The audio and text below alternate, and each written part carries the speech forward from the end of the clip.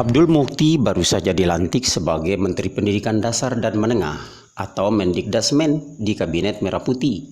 Hal pertama yang hendak dilakukannya adalah mengkaji ulang kebijakan zonasi, kurikulum Merdeka Belajar, dan ujian nasional. Apakah ujian nasional akan diadakan lagi? Abdul Mukti menjelaskan, setiap kebijakan selalu menimbulkan pro dan kontra, sehingga mengkaji ulang adalah upaya untuk mendapat kesimpulan yang pas. Abdul Mukti menjelaskan, kurikulum Merdeka memang perlu dikaji ulang, karena kurikulum ini masih baru. Selain itu, dalam praktiknya, belum semua satuan pendidikan dapat melaksanakannya. Selanjutnya, soal ujian nasional, kajian ulang diperlukan karena banyak perdebatan sehingga pihaknya akan mendengar pendapat pakar, masyarakat sebagai penyelenggara pendidikan, dan masyarakat sebagai pengguna jasa layanan pendidikan. Ya, sekarang saya masih dalam posisi mendengar banyak aspirasi. Sekarang saya masih dalam posisi meminta masukan dari masyarakat terkait dengan beberapa kebijakan kementerian yang sekarang ini menjadi polemik. Selain persoalan ujian nasional, zonasi, dan juga persoalan yang berkaitan kesejahteraan guru, kami sekali lagi mengharapkan masukan dari berbagai kalangan yang pada waktunya nanti menjadi referensi bagi kami di kementerian untuk mengambil kebijakan. Karena itu, melalui teman-teman media juga kami mengharapkan ada masukan-masukan itu. Bahkan kalau boleh saya menyampaikan sekarang, nanti juga kami akan ada pertemuan khusus dengan para pemimpin redaksi, media cetak, media elektronik, dan juga media sosial untuk memberikan masukan kepada kami berdasarkan pantauan teman-teman media di lapangan. Jadi ada kajian yang bersifat akademik teoritik dari para pakar pendidikan, ada juga nanti masukan dari para penyelenggara dan pengambil kebijakan.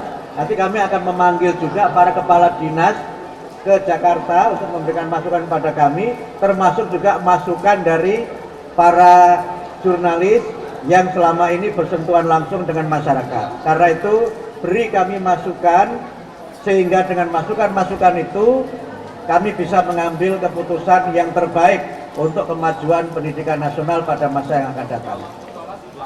Prof. Muti, izin saya Thomas dari kumparan.com, Pak. Ada beberapa pertanyaan. Yang pertama paling ini banyak-banyak menyambung ini aja, Pak, yang soal RUU Perlindungan itu kan lahir karena banyaknya fenomena yang terjadi sekarang nih, karena banyak guru yang dipolisikan karena mendisiplinkan murid kan ya, Pak ya. Nah, itu kalau dari pendapat para pakar ini melihatnya salah satu utama penyebabnya itu karena kurikulum Merdeka yang dinilai dinilai tidak bisa memberikan konsekuensi untuk yang akhirnya malah dimanfaatkan sama siswa untuk mempolisikan siswa ini. Nah, itu melihatnya gimana, Pak, ke depannya? Apakah akan ada revisi atau peninjauan ulang untuk kurikulum ini untuk diubah? Yang kedua, Pak, satu lagi, kan Bapak hari Rabu ketemu sama Gus Yahya. Gus Yahya bilang mau minta agar yang ASN ini bisa ngajar di swasta. Nah, itu gimana Prof melihatnya? Terima kasih. Ya, baik. Soal yang pertama, Merdeka Belajar juga termasuk yang sedang kami kaji. Karena memang ini adalah bagian dari kebijakan yang sekarang ini menimbulkan polemik. Ada yang menyampaikan masukan dengan cara serius, ada yang masukannya bercanda. Yang bercanda itu salah satunya begini. Dulu saya ketika menikah pengen punya istri seorang guru. Harapan saya supaya guru ini bisa lebih banyak waktu, tidak terlalu sibuk. Ternyata sekarang guru siang malam nggak pernah ngurusi suami. Yang diurus adalah upload persiapan mengajar. Ini keluhan seorang kawan. Mudah-mudahan ini tidak keluhan massal ya. Ibu guru begitu nggak? Enggak. Oh, berarti ini tidak termasuk yang istrinya kawan saya tadi. Tapi mohon maaf, ini hanya bercanda saja. Tapi poinnya, kami tidak akan mengambil kebijakan secara tergesa-gesa.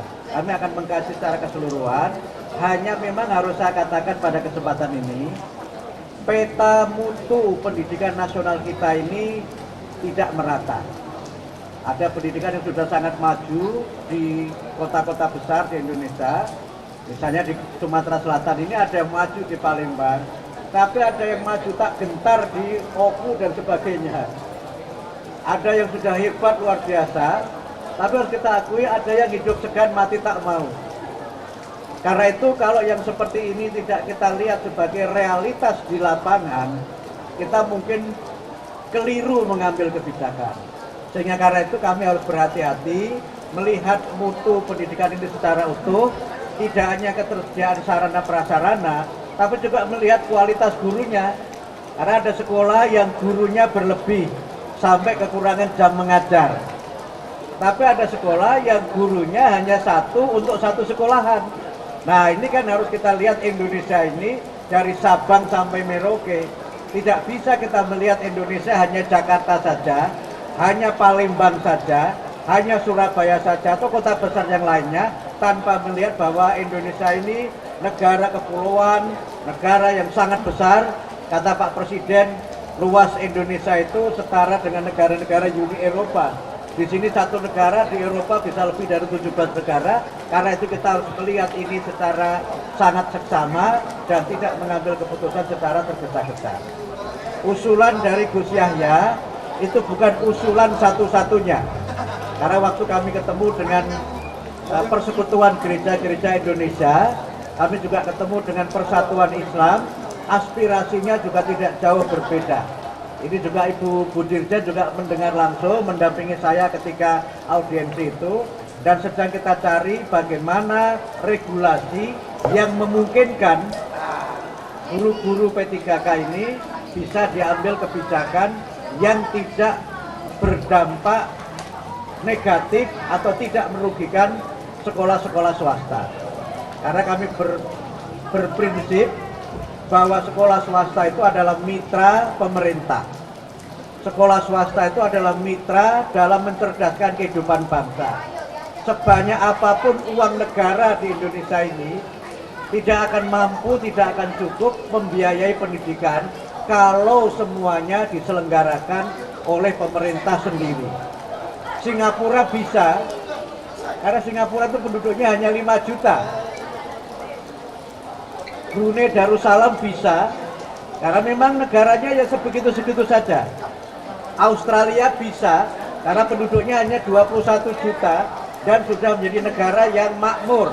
Nah, sementara kita ini kan harus kita akui, secara ekonomi juga masih mengalami kesenjangan, secara demografi juga memang sangat beragam. Dan oleh karena itu maka bagaimana nasib dan kebijakan kami terkait guru P3K ini, kami akan lihat secara regulasinya. Jangan sampai kami mengambil kebijakan yang melanggar peraturan, tapi juga jangan sampai kita justru kebijakan itu tidak berpihak atau menimbulkan masalah bagi lembaga-lembaga pendidikan swasta. Sedang kita kaji, karena itu juga harus ada dukungan dari berbagai regulasi yang ada, termasuk kementerian ini kan bisa bekerja kalau ada anggarannya, dan anggaran itu harus ada persetujuan dari DPR dan persetujuan dari Menteri Keuangan. Ini yang memang harus kita lakukan dengan sangat berhati-hati dan berkoordinasi dengan berbagai kalangan. Sudah tadi. Prof Putih, satu terakhir. Ya. Saya Tio dari Kompas mau bertanya, dari kunjungan hari ini sepanjang hari ini di Palembang, itu catatan untuk Palembang apa, Prof? Dan mungkin secara umum permasalahan di Palembang mungkin juga terjadi di daerah-daerah lain. Apa yang belanja masalah apa hari ini, Prof? Ya, yang pertama, ini memang kunjungan kerja saya yang pertama sejak jadi Menteri 21 Oktober yang lalu. Dan saya juga menyampaikan tadi kenapa saya pilih Sumatera Selatan, itu karena ada alasan historisitasnya terkait dengan Kerajaan Sriwijaya yang membawa kemajuan dan inspirasi Indonesia pada zamannya. Dan saya kesini untuk sekali lagi mendapatkan informasi dari semua pihak, dan kami ingin untuk mendapatkan informasi langsung dari lapangan. Berbagai macam kalangan bisa menyampaikan pandangan, dan ini bukan kunjungan saya yang pertama dan terakhir ke daerah. Insya Allah setelah ini saya akan ke Sulawesi Selatan. akan ke Sulawesi Selatan, juga akan menggali informasi dari masyarakat Sulawesi Selatan. Setelah itu nanti juga mungkin saya ke Jawa Tengah, mungkin saya ke Jawa Timur, tapi tentu saja tidak akan dan tidak harus semuanya, karena nanti kami akan mengundang lembaga-lembaga tingkat nasional yang menyelenggarakan pendidikan untuk bertemu dan berdialog dengan kami. Kalau menjumpai semuanya saya kira tidak akan cukup, tidak akan ada waktu, karena itu nanti kami akan mengundang penyelenggara-penyelenggara pendidikan yang berbasis masyarakat untuk bertemu dengan kami, menyampaikan pandangan-pandangannya, usulan-usulannya untuk perbaikan pendidikan nasional di masa yang akan datang. Begitu ya, terima kasih semuanya.